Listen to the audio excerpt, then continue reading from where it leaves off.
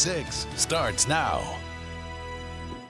We need Northwoods Mall, the front of the cinema. Someone was shot.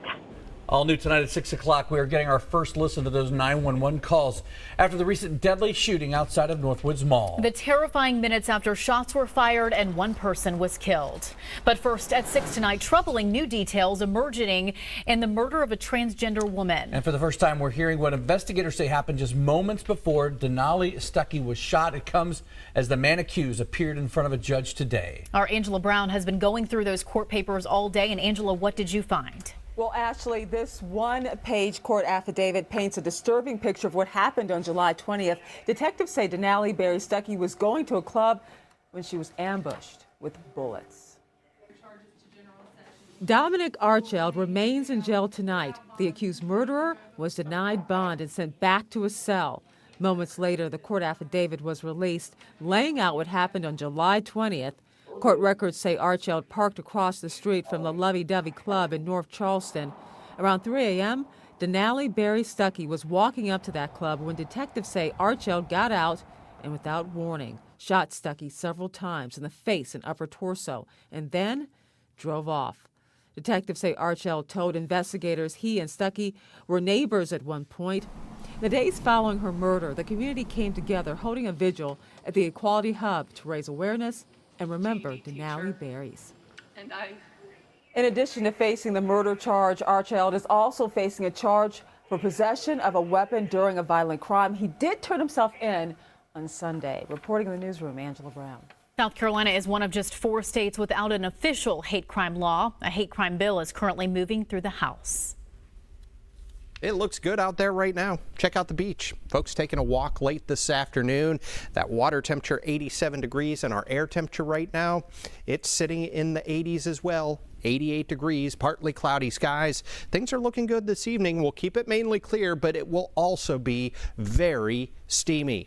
As we get a look at our temperatures across the low country, we're sitting anywhere from 86 in Georgetown up to 92 degrees still in Orangeburg. Another hot day today in the 90s, and we're going to see at least 2 more of those before a cool down gets here. That cool down's still a few days away, and we're going to be dealing with the heat, the humidity for the day tomorrow and Wednesday. One little shower right there along I-95 south of Walterboro, north and west of Hendersonville, and this not much. And there's no lightning along with it either. Here you go. If you're headed out to the River Dogs game tonight, I say it's perfect weather for baseball, but it's going to be a tad on the steamy side. We'll be looking at those temperatures around 85 at 7, 81 at 9, and 78 degrees at 11. We are going to see the cool down later this week. So if you're tired of those temperatures way up in the 90s, I've got the forecast for you, and we'll show you that with the next weather maker in just a few minutes. I just witnessed a shooting, and he fell down. I'm not sure how severe it was, but yes, it was a shooting. Multiple shots fired. The guy got shot. They have a gun. It's a Ford car. Okay. Oh my God, it's a red car. They're out here in the parking lot. I need cops. I need cops now, please. We just received those 911 calls from the night of the shooting at Northwoods Mall. It happened August the 2nd. You can hear callers describing that scene, one person even begging the operator to send police. And the coroner says 23-year-old Harry Pinkney died. Police also found another victim shot at a nearby gas station. Investigators say 4 people from Walterboro met at the mall for an illegal drug deal. Now, earlier today, North Charleston police did arrest 19-year-old Benjamin Bono for this shooting. A traffic stop turned to an early morning chase for Charleston County deputies. They say it all started when 24-year-old Jonathan Howard refused to pull over for traffic violations. Deputies say Howard took off, crashed into a tree on 26 near Remount Road. He was taken into custody on Morrison Drive. That car he crashed, a black Audi, was listed as stolen. Just one of several charges he faces tonight. His bond has been set at $25,000. A heads up for drivers. Tonight, Coleman Boulevard between Farragut Street and Ekman Avenue will be closed. It's happening between 7 p.m. and 6 a.m. While all businesses are expected to stay open, people are being asked to use extra caution. This paving is part of an $18.2 million project to create stormwater, roadway, and utility upgrades. The project is expected to be completed in October. We're also getting an update tonight on the Volvo interchange project. According to the August update from SCDOT tonight, interstate and ramp paving work has been completed and bridge decks have been grooved. Now, final grading is in progress. Overhead signs are also being put up. Lane closures will take place this week on 26. That's between mile markers 188, 199. That new interchange will provide access from 26 to the new Volvo Car Drive. A swimmer who disappeared on the Intercoastal Waterway this weekend is still missing right now. Family members say the swimmer is 21-year-old Roger Wigfall of Pawleys Island. They say he was out boating with friends when it happened. Crews started searching yesterday but have yet to have any luck. Now dive teams are using sonar units to search the bottom of the waterway. A family friend says his son grew up with Wigfall, was even on the boat with him yesterday. He had left though before Wigfall went missing. Hurt, pain.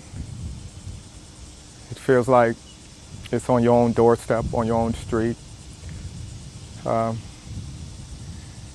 Just feel lost for words.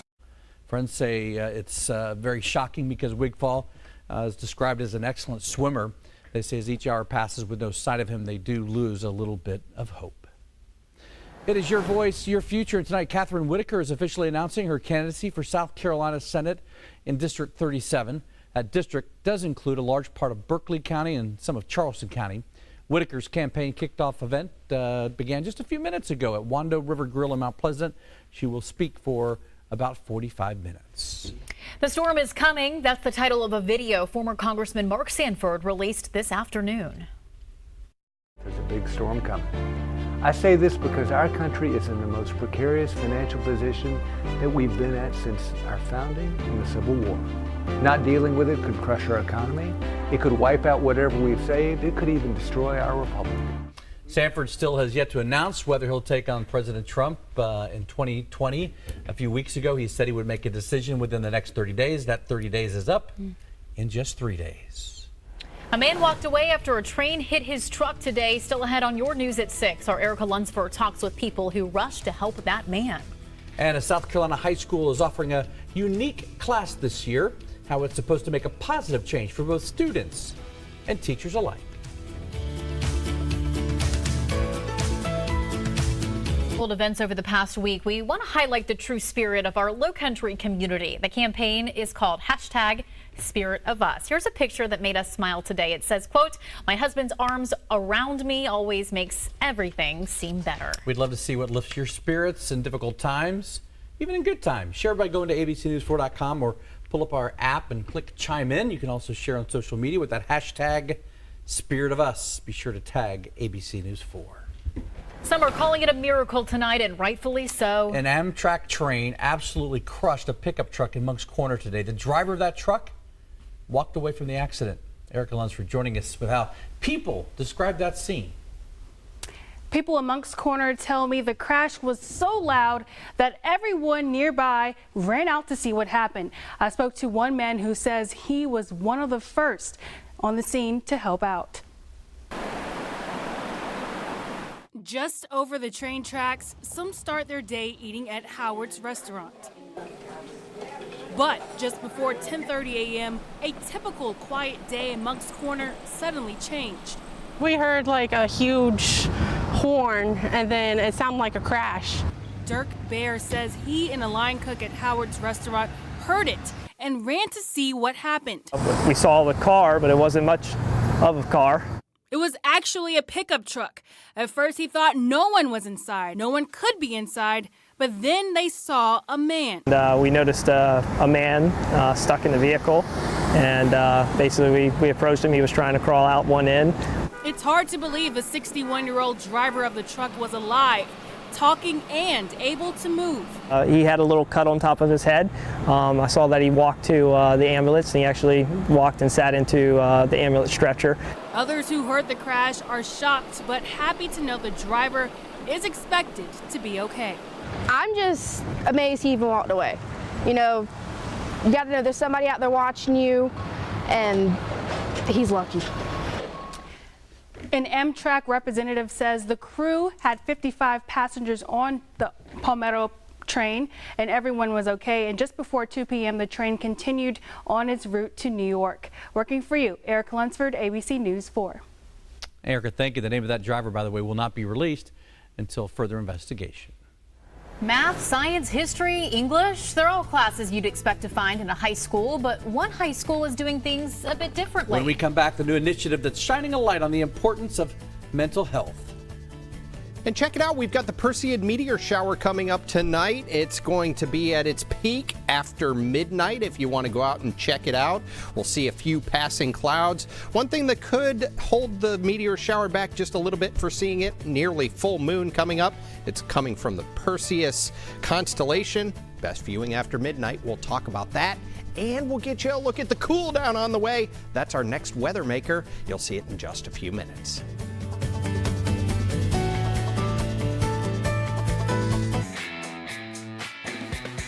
Making mental health a priority among teenagers. That's the goal for teachers and staff at Waccamaw High School as students head back to class. It comes after 2 students committed suicide last year at the high school. This year, the school is introducing a statewide initiative on the importance of mental health. Devon Ramey went to see how it all works. It's really meant to get a deeper connection with our students. The nearly 900 students at Waccamaw High School will have a new class this year called Tribe Time. Every Wednesday for 30 minutes, students in groups of 20 will be paired with a faculty member to connect on a social and emotional level. We don't want any student to feel isolated. We don't want any student to feel like when they come to Waccamaw High School that we are not trying to get to every part of them. It's not just academics. We're trying to reach the entire student. Principal Adam George says this is something they've been wanting to implement for quite some time. Yes, we had some issues at the end of school year last year.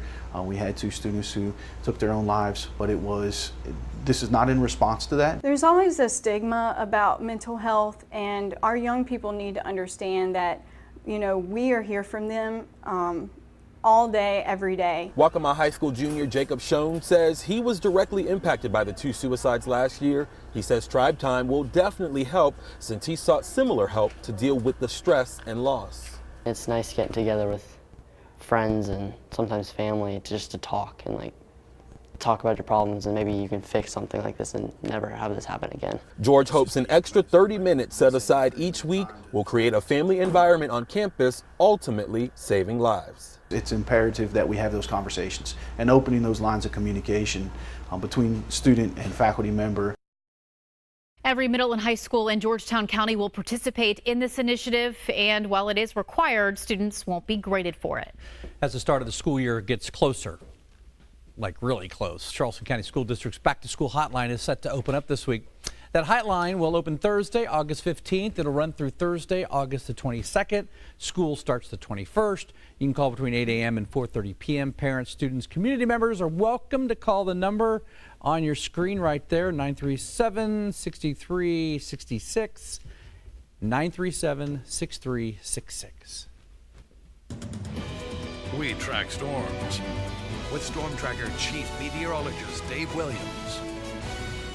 Another hot one today with temperatures way up in the 90s. We saw those temperatures late last week and into the weekend close to 100.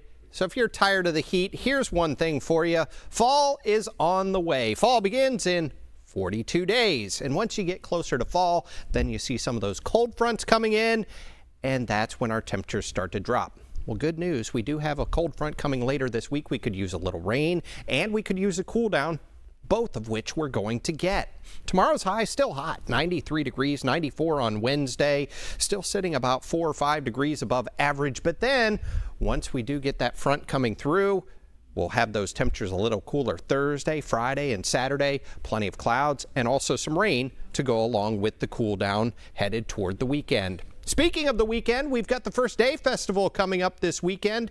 Downtown Charleston on Sunday at Liberty Square. 1 o'clock in the afternoon, 86 degrees, 87 at 2, and 89 at 3. So temperatures still warm and muggy, and we could be dodging a couple showers and thunderstorms, so take the umbrellas as you head to the First Day Festival too. A look at your weekend, 89 on Saturday. I think there's a little bit higher chance for rain on Saturday. Think of Saturday is what we had here yesterday. A little bit higher chance of those showers and thunderstorms, and rain chances drop a tad on Sunday, but we will certainly keep things steamy into the weekend. Here it is, that next weather maker I've been talking about. It is a cold front, and it is going to make it here. The one last week didn't really get here, but this one is going to make it in. As we head from Wednesday into Thursday, that front moves in, some showers and thunderstorms, and then as we move from Thursday into Friday, that front stalls on top of us, and that'll bring a higher chance for showers and thunderstorms. It'll stay warm, but at least the brutal heat that we've been seeing will move off the coast. Satellite and radar shows not much in the way of precipitation out there, and we'll keep things dry tonight. The only shower we're seeing back along I-95 near Hendersonville into Colleton County. Take a look at this evening, and things will be quiet up to midnight. Even into tomorrow morning, we'll start with beautiful bright sunshine. Lots of sun through the day tomorrow. Temperatures heating back into the lower and mid 90s. And then as we go from Tuesday into Wednesday, these showers and thunderstorms are going to make a run for us by early Wednesday morning, but I think they fall apart before they get to the coast. Then as we go through your Wednesday, dry up into the afternoon, and then late in the day, a round of showers and thunderstorms. That is our cold front coming through. A look at your forecast tonight, warm and muggy, 76 your low, and then tomorrow we'll get those highs all the way up to 93, still above average and still very steamy outside, but things will change later this week. Your highest chances for rain will come in Thursday and Friday as that front stalls on top of us. Rain chances drop a tad this weekend, and temperatures will be closer to average, right around 90. In sports, a Low Country coaching legend announces his retirement at the end of the season. That and much more coming up in sports. Catch Sports 4 on the Bobby Harton Show, weekdays at 4:25 on ESPN Radio. For the Palmetto Ford Sports Toss. This Sports 4 Sports Toss is sponsored by Palmetto Ford. Starting to feel like football. Hello, everybody. I'm Darren Stoltz. It's with great anticipation and pleasure I reveal to you our 2019 Game of the Week selections for the most comprehensive high school football coverage in the Low Country. Stars and Strikes on board as a sponsor for what will be a tremendous season of Friday Night Rivals, driven by Cruz Chevrolet. 10 TV games revealed as follows. Full schedule on our website, abcnews4.com. We start week 0 with a huge showdown between Glen Academy and Fort Dorchester. After that, Somerville heads to Wando, Hanahan to Woodland, September 6th. Cane Bay at Ashley Ridge the week after, September 20th. How about this one? Deep in the heart of Berkeley County, Bishop England, Timberland, huge rivalry showdown between the Pines. Second half of our season starts with Stratford at James Island, Berkeley at Goose Creek, the mentor-mentee matchup, and Oceanside Collegiate making their TV debut at Philip Simmons. Then it's Ashley Ridge at the Fort, and we close it out with maybe the best Skeeza game on the schedule this year. Porter Gout at First Baptist. Kickoff, as always, 7:30, MyTV Charleston. Post-game coverage at 11:05 on ABC News 4. Hanahan is one of those squads we will see. It's year 2 for David Morbitzer. The Hawks really took to form late in the season, won 7 in a row before Wade Hampton ended their run. But a 9-win campaign in his first season as head coach has the Hawks hoping they'll fly right past that mark, reach new heights in his second go-around. Well, I mean, it's always good to get your first season under your belt. We did pretty well last year. Really appreciative to all the seniors and my coaching staff of what we were able to accomplish last year, and looking forward to this upcoming season. Huge day for College of Charleston because longtime men's soccer coach Ralph Lundy announcing he'll retire at the end of this season. Why now? The 69-year-old said simply, it just felt like time. Lundy's time at the college has been nothing short of transformational. From a program perspective, he took the Cougars from the NAIA ranks to Division I, then grew them into a contender. He was a driving force behind the Patriots Point facility where the college plays now. They'll recognize his work by naming the field after him. 33 seasons leading this program, 451 wins. That's the 4th winningest active coach in Division I. 5 NCAA tournament berths, but a Lundy legacy, well, that's one that will last. I'll tell you what really means something is that in that stadium there's going to be players playing. And outside that stadium on the 5 fields, there are players playing all the time. All the kids are playing. And I tell you this, I just want kids to do great things for themselves. I want them playing ball, any ball. I love the soccer ball. I want them in the marching band. I want them being involved. And I just am happy that I could help them play ball. Playing ball about so much more. And they played ball against some of the best teams every single year. Truly a legacy to last. Two little known facts about Ralph Lundy. He used to play basketball all the time, pick up basketball with me and a bunch of other guys. And I'm going to tell you something. He was a tenacious defender, and he's also a pretty good guitar player. Neither of those things shock me. Fun facts. There you go. Halftime of the pickup basketball game. There's we the just guitar. sit out there and we just be a couple of Intermission. dueling. We're going to 12, win by 2. It was There it fun, is. man. All right, so Congratulations to him. I wouldn't want to be playing pickup basketball outside today because it's too hot, it's too humid. But later on this week, after the rain comes through, temperatures will be a little closer to average. We need the rain, we need the cool down. Both are coming. Very good. Thank you, Dave. And thanks for joining us, everybody. We'll see you back at 7.